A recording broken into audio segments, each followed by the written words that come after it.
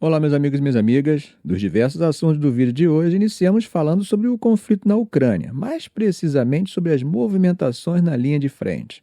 Imagens geolocalizadas publicadas ontem de ontem confirmaram que as forças russas conseguiram avançar ao norte da cidade de Sumy. Ali na região de Kharkiv também temos movimentações. Esse avanço faz parte de uma série de ataques que os russos têm conduzido ali na região, especialmente nos dias 17 e 18 de junho. O foco seria empurrar os ucranianos de volta para além da fronteira internacional, se aproximando do alcance da artilharia convencional contra a cidade de Kharkiv.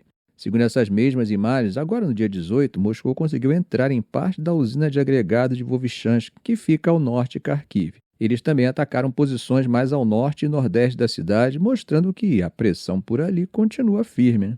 Mas não parou por aí. Imagens também de ontem indicaram que as tropas russas avançaram para o sul de Stupok, o que sugere que tomaram esse pequeno assentamento que fica ao sul de Chassivar.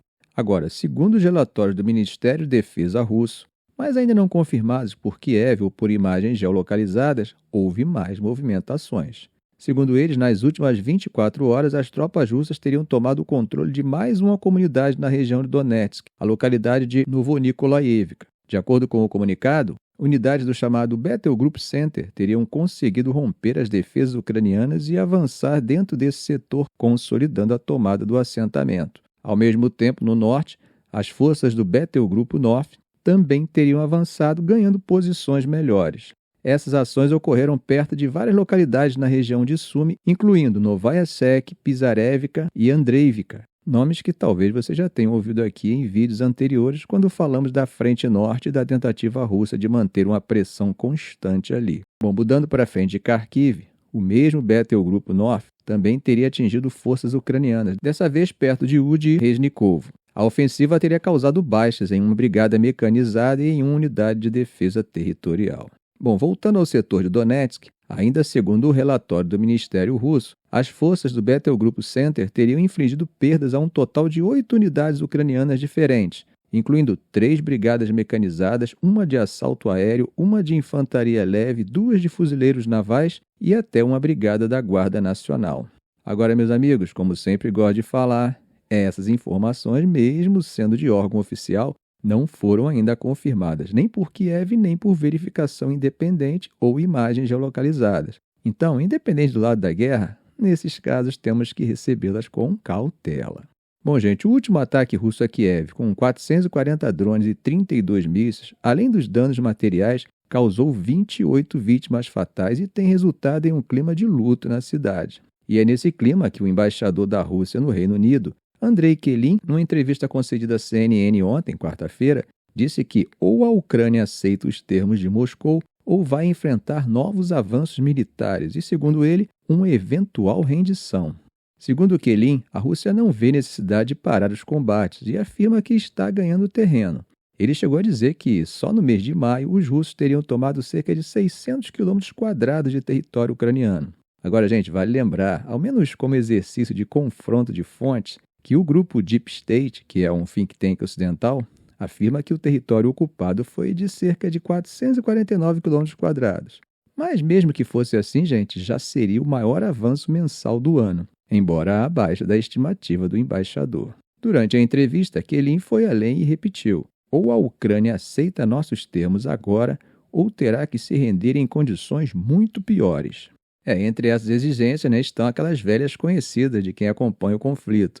O reconhecimento da anexação da Crimeia, de Kherson, Donetsk, Zaporizhia e Luhansk. Outro ponto levantado por Moscou é a exigência de que a Ucrânia retire completamente suas tropas dessas áreas e aceite um status de neutralidade, ou seja, abra mão de qualquer tentativa futura de entrar na OTAN, algo que o Kremlin considera muito ameaçador para sua segurança.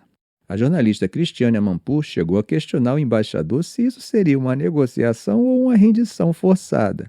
Kelly respondeu que são apenas etapas de um processo diplomático e que já houve acordos parciais, como trocas de prisioneiros e questões humanitárias, que teriam sido alcançadas em fases anteriores das conversas. Ele também falou sobre a capacidade russa de sustentar essa guerra, afirmando que Moscou estaria gastando apenas de 5 a 7% do orçamento nacional com o conflito e recrutando até 60 mil voluntários por mês. Gente, além dos conflitos diretos entre Israel e Irã, há um novo elemento no tabuleiro, né? A ameaça de uma intervenção dos Estados Unidos e a resposta de Moscou um tanto enigmática sobre as consequências dessa possibilidade. Bom, falando à imprensa durante o Fórum Econômico Internacional de São Petersburgo, a porta-voz do Ministério das Relações Exteriores da Rússia, Maria Zakharova, foi categórica. Abre aspas. Queremos advertir especialmente Washington contra qualquer intervenção militar na situação. Seria um passo extremamente perigoso com consequências negativas verdadeiramente imprevisíveis. Segundo Zakharova, Moscou está tentando agir como uma ponte diplomática, com foco total em evitar uma escalada ainda maior entre Israel e Irã. Ela afirmou que a prioridade do momento é parar a violência, buscar um cessar-fogo e criar condições para que as negociações voltem à mesa. A Rússia, segundo ela, estaria comprometida com esse processo em todos os níveis possíveis. Ela também lembrou, gente, que logo no início da escalada, Putin telefonou para os dois lados, tanto para o primeiro-ministro de Israel quanto para o presidente do Irã. No dia seguinte, falou com Trump e depois com os líderes da Turquia e dos Emirados Árabes. Além disso, o chanceler Lavrov também entrou em campo, mantendo diálogo com os ministros das relações exteriores de países como Irã, Turquia, Egito, Omã, Azerbaijão e até Indonésia. Ou seja, gente, Moscou está tentando se apresentar como ator de peso nessa crise, buscando protagonismo nas conversas e oferecendo uma via diplomática. Bom, gente, mas não sejamos tolos, né? Claro que não interessa uma mudança de regime no Irã, pois os interesses russos na região sofreriam um grande revés, ainda maior do que foi a mudança de regime na Síria. Segundo Zakharova, não há alternativa viável fora de uma solução negociada e qualquer resolução duradoura deve passar pelo respeito ao direito internacional, equilíbrio de interesses e um princípio que Moscou repete com frequência: segurança é igual e indivisível. Ela também afirmou que o Irã está disposto a cumprir com suas obrigações no Tratado de Não Proliferação Nuclear e, inclusive, a retomar o diálogo com os Estados Unidos, desde que os ataques israelenses parem. Moscou, segundo ela, apoia plenamente essa disposição iraniana e vê a diplomacia como o único caminho possível para um desfecho estável. Bom, gente, segundo a Bloomberg, Washington estaria se preparando realmente para um possível ataque contra o Irã nos próximos dias, embora ainda exista incerteza sobre a decisão final, né? Já o Wall Street Journal revelou que Trump teria aprovado um plano de ataque no dia 17 de junho, mas ainda não deu ordem para executá-lo. A ideia, segundo assessores, seria pressionar Teherã a abandonar seu programa nuclear. Do lado iraniano, o vice-chanceler Kazem Garibabadi deixou claro que o país está considerando todas as opções diante de uma eventual entrada dos Estados Unidos no conflito ao lado de Israel. Bom, gente, internamente, essa posição dos Estados Unidos não é uma posição nem coesa nem confortável para Trump, né? E isso está gerando rachas dentro do próprio movimento Make America Great Again.